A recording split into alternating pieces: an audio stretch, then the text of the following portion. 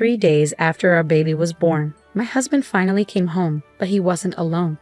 He brought a woman I didn't know. I was shocked and asked, "Who is this woman?" My husband smiled and said, "She's my girlfriend. Actually, she's going to be my wife." I was confused and asked, "What do you mean?" He said, "I'm done with you." I was stunned. My name is Elizabeth. I'm 25 and work at a company. My boyfriend John recently proposed to me. We met in high school, started dating in our first year, broke up during our senior year, and then reconnected after college when we ran into each other at a gathering with old classmates. When we reconnected as adults, my feelings about him changed once again. We started spending a lot of time together and began dating again. After 3 years, he proposed to me. His proposal was simple. "I will love you, Elizabeth, for the rest of my life. Will you marry me?" I believed him and said yes. I was thrilled to start our married life. We both work, so we only see each other in the evenings during the week, but I was happy to spend time with him until morning without having to go back and forth between our homes. Back in high school, we couldn't cook at all. But when we were in college and living on our own, we both learned how to cook. We managed the household chores together and had a balanced life. My husband was great at frying food, and since I'm not good at it, I was happy he could cook it for me. On the other hand, I was good at cooking Japanese dishes, like simmered vegetables. My husband used to praise my cooking, saying it was just right, not too rich and not too bland. I thought we would keep supporting each other and live happily together. A year into our marriage, I found out I was pregnant. I was overjoyed and quickly told my husband, "John, I'm pregnant." He looked surprised and just stared with his mouth open, like in a cartoon. "John, oh my God, I'm going to be a father." "Well, your reaction is a bit slow. You really surprised me. I'm so excited." "Yeah, I'm excited too. If we're having a baby, we'll need to do our best." My husband was thrilled about the pregnancy, and I was looking forward to raising our child together. At first, he was very concerned about my health. "Elizabeth, take it easy, okay? If it gets too hard, you can quit your job." "Thank you, but I'll try to work until my maternity leave." "All right, I'll handle the house chores." "Thanks." Thanks to my husband's support, I was able to rest well during the morning sickness. As I entered a more stable part of my pregnancy, the time for delivery was getting closer. But then my husband started coming home late. "Did you work late again today?" "Yes, I've been letting my coworkers handle things. Now that you're doing better, I thought I should put in extra time at work to make up for the days I left early." "I understand. So you're working overtime even though you're busy at work. I appreciate it, but your health is important too. I don't want to be out of a job when the baby arrives." "That's true. I'm a bit nervous about being alone at home, but if that's the case, I won't blame him." "Well, maybe I'll stay at my parents' house during my maternity leave." My husband looked relieved and agreed. "That's good. Then I can work extra hours without worrying." I would miss seeing my husband until after the baby is born, but I was grateful for the support from my parents. So as soon as my maternity leave started, I moved back to my parents' house. It felt easier to be in a familiar place and not have to handle household chores. Having my mom nearby also made me feel more secure. However, I was worried about one thing. My husband had been slow to respond to my messages.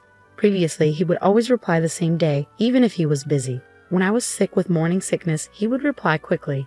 Now, I sometimes don't get a reply for a day or even 2, and his responses are less friendly. The other day, I sent my husband a message asking if he was still busy at work and reminding him not to overwork himself. He just replied with a simple, "Yeah." Since I can't see him, his lack of response makes me worry, but I know I shouldn't stress about it since I'm pregnant. So I decided to try not to worry. I thought it would be best to give my husband some space for a while. To keep my spirits up, I focused on what I would do after the baby arrives. I bought a lot of baby items. "Oh, Dad, you're buying too much." "No, we need to make sure the baby is safe and comfortable." "You're so excited about your first grandchild. You're the one asking all the questions to the shop assistant." "Thank you, Mom and Dad." My parents were excited for the birth of our child, so I didn't let my husband's slow replies get me down. The due date finally arrived. I sent my husband a message letting him know I was due today and asking him to come to the hospital as soon as he heard from me. But he didn't even read the message. Well, maybe he's just busy at work. He knew my due date was coming up, so he should have been more prepared. As my labor pains began, we went to the hospital. I was about to give birth, and since I didn't have time to call him myself, I asked my mother to leave him a voicemail saying I was in labor. But he didn't show up, not even at night. He didn't return any of my calls. I went into delivery without him. The birth was harder and longer than I had expected. The umbilical cord was wrapped around the baby's neck, making delivery difficult. It took almost a full day of labor before my baby was born. However, when I finally saw my baby and held her in my arms, all my fatigue and pain vanished. She was a beautiful baby girl. "You did your best to come into the world, didn't you?" I said as I held my baby for a moment. Then I lay down to rest my tired body. Later, I woke up in my hospital bed and saw my mother sitting by my side. "Are you feeling better?" she asked. "Yeah, I'm feeling pretty good." "I'm glad to hear that." "Hey, what's wrong, Mom? You don't look well." "Well, I haven't heard from John since the baby was born." "Yeah, I've noticed. What on earth is he doing? We just had a baby." I was furious. Why didn't he come to the hospital? I had sent him a message saying the baby was born. A few hours later, he replied that he would come to the hospital the day after tomorrow. Why can't you prioritize coming here? I tried not to think about anything negative until the birth, but now that the baby is here, I don't need to hold back my feelings. Why isn't he here for his own child's birth? He should come immediately. Is his company so strict they won't let him leave? I poured all my frustration into a message to him, but he just read it and didn't reply. What's going on? He was so excited when I told him I was pregnant. Why does he seem so uninterested now? My parents were furious with my husband's unreasonable behavior. My father said he would give him a serious talk next time. 3 days after the birth, my husband finally showed up, but he wasn't alone. He brought a woman I didn't know with him. I was so shocked I couldn't speak. "You seem to be doing well," he said, "so don't send me messages as if you're in a crisis." Huh? Not only did he arrive with an unknown woman, but he also had a cold attitude. I was stunned but managed to ask a few questions. "Who is this woman?" My husband smiled and said, "She's my girlfriend. Or better yet, my future wife." "What?" The woman next to him chimed in, laughing and lightly tapping my husband on the shoulder. "Oh no, what do you mean by future wife?" I'm embarrassed. "What do you mean? Don't you get it? It means you and I are divorced." "What? Wait a minute. Are you saying you were having an affair?" Well, adultery doesn't sound very nice. It's more like I found someone new to love and we started seeing each other. I couldn't believe what I was hearing. "I'm just tired of you." Huh. "You know, men are attracted to women who take care of themselves," my husband said, starting to hold hands with the other woman. "Are you saying I wasn't taking care of myself? You got fat and bloated because you stayed at home all the time." I was just resting because I was pregnant and had morning sickness. Besides, gaining weight during pregnancy is normal. So you were having an affair because of that. I want to keep romantic feelings for my wife, even though we're married, but I don't feel that way about you anymore. I found someone even better, my husband said as he and the woman started flirting again. I had reached my breaking point. "All right, I'm done. Just get a divorce or whatever and leave. I'll go without you telling me." With that, my husband and the woman left the hospital room. He never even looked at the baby's face or asked about the child's gender, so it was clear he didn't care anymore. It looks like I'm going to be a single mother. This was incredibly hard for me, especially right after giving birth. While I was feeling overwhelmed, the door to my hospital room opened. Huh? I was shocked when my husband and my mother-in-law walked into the room. "Why are you here?" "Elizabeth, I heard everything, and I'm so sorry about my foolish son," my mother-in-law said. She had bumped into my husband and his girlfriend in the parking lot, questioned him, and heard the same story I did. She sent the girlfriend away, then brought my husband here. "What do you think you're doing?